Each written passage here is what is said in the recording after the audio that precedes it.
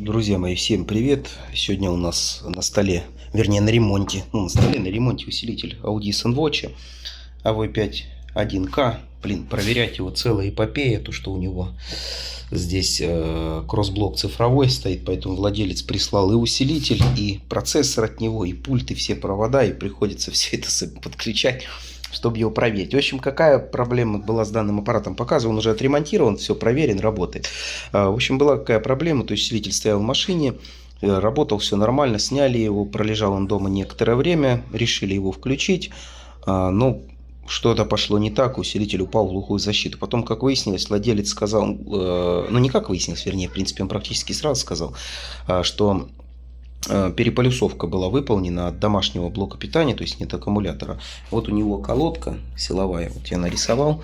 То есть от такого рода переполюсовки, как она была сделана, ничего произойти не может. Смотрите, здесь идет плюс 12 вольт, ну бортовые, которые наши заходят, плюс 12 вольт.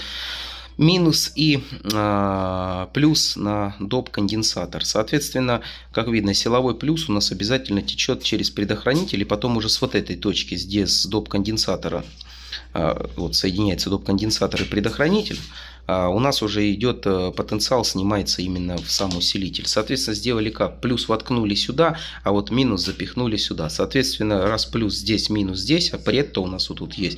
Соответственно, домашний блок питания не обладает такой колоссальной мощностью, чтобы спалить этот очень мощный предохранитель. В итоге блок питания должен был просто накратко замкнуться. Либо же, если бы это был аккумулятор даже, то все равно просто сгорел бы пред, плюс 12 вольт наши остались бы в воздухе, и здесь бы не было ничего. То есть выйти из строя он просто не мог по этой причине. То есть переполюсовка такая, так скажем, так себе, не конкретная.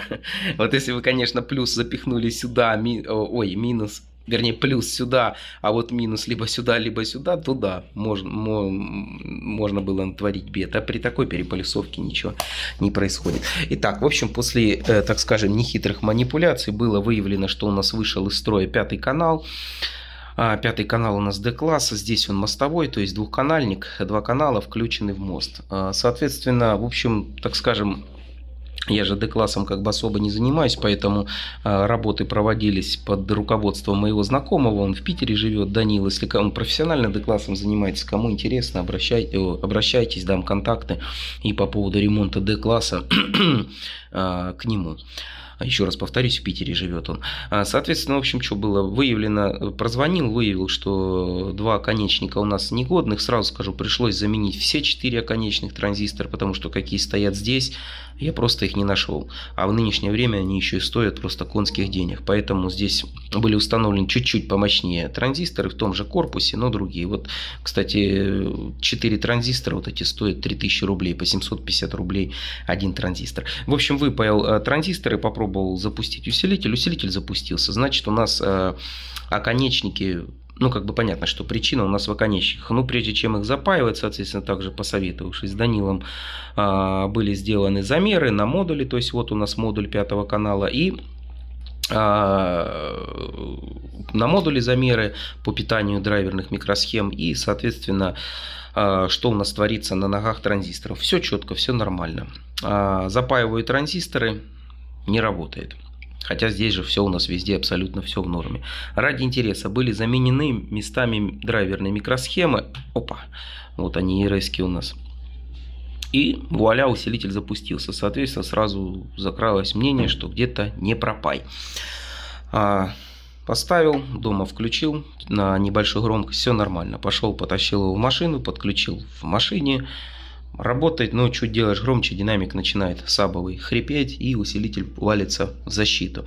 Соответственно, дома уже занес, поканально подключил его, как я сказал же, что он мостовой у нас, то есть уже не с выхода брал сигнал, а непосредственно с транзисторов и от средней точки трансформатора. Выявилось, да, что одна драйверная микросхема у нас была полуживая.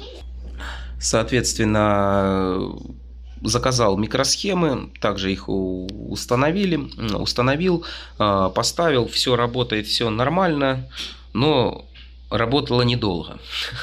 Соответственно, то есть опять же при полных замерах, промерах и так далее, то есть все в норме, все нормально, но усилитель работать не хочет. Поэтому пришлось еще раз опять заказывать микросхемы, менять всю обвязку. То есть здесь был и операционники, которые у нас участвуют по обратной связи, были заменены. Вот тут у нас стоят ТЛ-ки. Также стоит таймер, 3 пятерки, стоит компаратор. То это все у нас участвует в работе наших драйверных микросхем. Соответственно, также диоды здесь на материнке. В общем, пришлось заменить вообще все, что имеется в данном аппарате. Хотя каждая деталь, в этих каналах, хотя каждая, абсолютно каждая деталь была выпаяна, проверена. Все они в идеале, но, как видите, вот так вот получается. Видимо, под нагрузкой какая-то деталь давала сбой. В общем, как я и сказал, пришлось заменить почти весь 5-й канал. Да не почти, в принципе, а весь. Ну, сейчас, слава богу, все, усилитель работает, как бы все нормально, все в адеквате. Еще раз повторюсь, это как бы помогал мне Данил. Если надо, пишите мне, дам контакты, обращайтесь по поводу ремонта и отправляйте ему, все там отремонтирует, все сделает. Нормальный парень. Так, ну все, в принципе, работа как бы закончена. Аппарат отправляется к владельцу. Так вот все у нас выглядит. Ну, это сейчас я вытру термопасту. Паять данные аппараты, конечно, тяжело, потому что дорожки очень толстые. Текстолит, так скажем, такой теплоемкий. Поэтому, когда выпаиваешь транзистор, греешь его, допустим, снизу, а сверху у нас не особо прогревается. Поэтому все это как бы усложняет работу. Ну, в принципе, ладно. Главное, что аппарат работает, все сделано, все нормально. Все, всем пока, всем удачи, спасибо за просмотр.